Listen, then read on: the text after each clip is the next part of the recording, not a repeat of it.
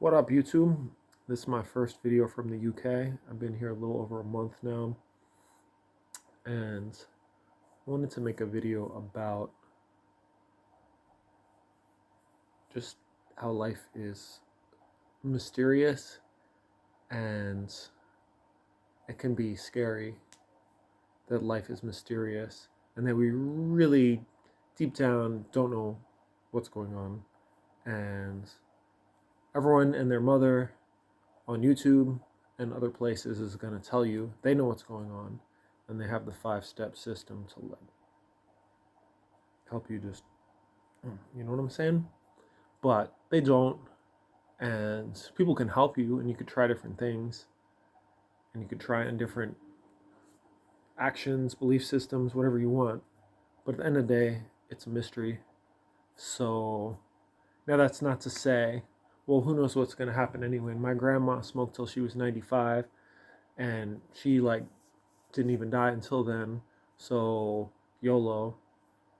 I mean, it's true YOLO, unless the Hindus and Buddhists are right, and then you do it again and again. But the point is not to be hedonistic. Well, true hedonism is pretty cool. You should do your own research on it. It has a bad rep in the modern parlance, just of partying and living for today. But what's his name? Epicurus actually was a pretty smart guy. I mean, he did believe pleasure and peace and enjoyment of life was the highest virtue, which is it's really hard to argue with. But he believed in moderation. It's like if you take a bunch of drugs and listen to your favorite songs on repeat and just bask in material pleasures, eventually that's going to fade. And then the next day, the low will be probably lower than the high. So to truly pursue pleasure, you have to actually be moderate about it. And that was his philosophy, not to actively seek out maximum pleasure as people think of hedonism today, but actually to more of a cultivation of enjoyment and appreciation rather than grasping. So hedonism and Buddhism or aestheticism or Stoicism actually have quite a bit in common. I like hedonism because Stoicism seems like one step removed. I mean, I think deep down people want peace and well-being. And so if you could say, oh, I want to cultivate virtue, that's the highest good. But why do you want to cultivate virtue? Because you want to feel good, you want to feel at peace. Ideally, you want to bring peace and harmony and intelligent living to other people. So, but the point of this video, oh yeah, I started meditating 3 days ago. I use this little sand timer, 10 minutes. I bring it to the gym with me, and I do it after the gym. I've dabbled in meditation for over a decade, probably closer to 2 decades, and it's really hard to stay consistent. And I've tried first thing in the morning, but with kids that doesn't work because you never know when your kids are going to wake up, and you have to attend to them first. Even if I said I'm going to wake up at 4 a.m. and meditate, my baby wakes up sometimes at 4 a.m.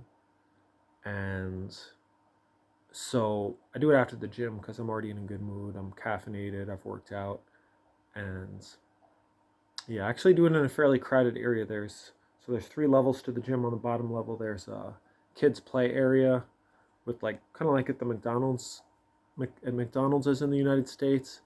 They have all those tubes and stuff, but it's way bigger than that. It's really nice, and little blocks that kids can play with. And there's a cafe there with drinks and coffee and smoothies. And I just sit at one of the wooden tables. I just set this down. It's a little awkward because I'm surrounded by people, so if I close my eyes, I feel self-conscious. But what I do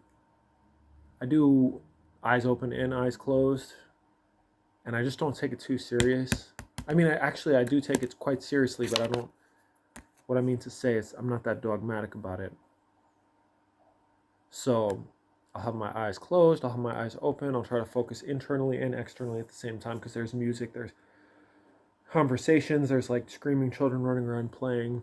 I'd like to do it outside, but it's just getting to the point where it's a little too cold. I mean, if I wanted to be hardcore, I could just do it anyway, but I think if you're too hardcore, it's actually can be distracting for me. But the point of this video is that I was just thinking on the way home in the car with my family that about all the different beliefs and ideas I've had over the years. In my early 20s, I had all these stomach problems. I had really bad disordered eating. I got down to 118 pounds at 6'2.5" in kilos. I don't know what that is, like 50 something kilos. For my height, it's just insanity. I got super obsessed with being raw vegan. I had this idea that if I purify my body and I fast, that my emotional problems would just dissolve. I didn't have that belief consciously, but I definitely believed that. And if you would have told me I had disordered eating, I would have just said, well, no, I just want perfection. And just so many beliefs that I've had about myself, about others, about societies have shifted over the years. And my ideals of what I want for myself have shifted. And I'm sure everyone watching this can relate to that. And it's funny how people are, though. They think that they were stupid before, but they think, now I got it. Or if they don't think they have it, sorry, that's the washing machine there. They don't think they have it. They think they're at least close, that they're on the right track. And maybe they are. I mean, ideally, as you get older, you get wiser and you notice trends more. But you never really know. So that could be intimidating, and it makes people kind of grasp at concrete belief systems.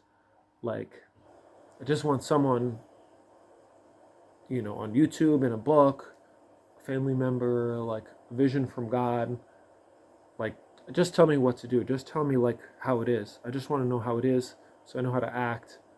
And tradition is dissolving. Religion is becoming less prevalent. So people are scared and confused, and that's just not going to change. It's only accelerating the erosion of tradition, which I think is good, but it's also a bit scary for people. And I think it's good because you just have to find something within. And that doesn't mean you can't use tradition, you can't use ritual.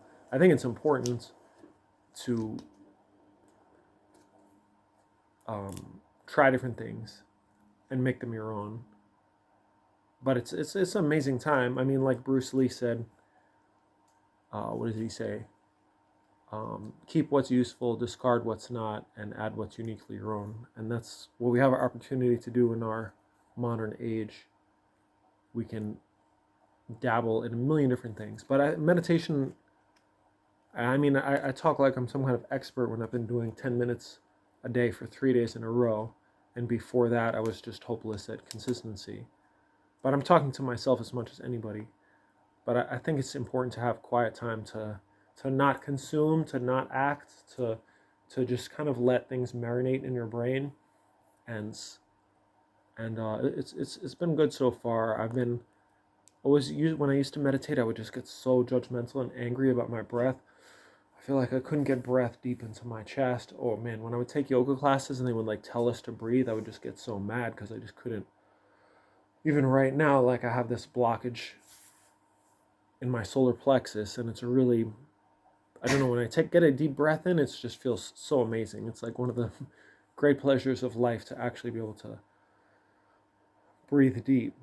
But just to accept that, to be like, instead of being like, man, I can't even breathe properly, and just getting aggravated, be like, hey, I can breathe, I'm alive, aren't I? Or in being like annoyed by my thoughts, be like, I have the ability to think, it's amazing. I have the ability to like conjure up, to think, to feel, and it's amazing. and I might not think and feel the things that I want to feel, think and feel. My body might not feel like how I want it to feel. But this is what it is, and there's nothing I can do about it in this moment.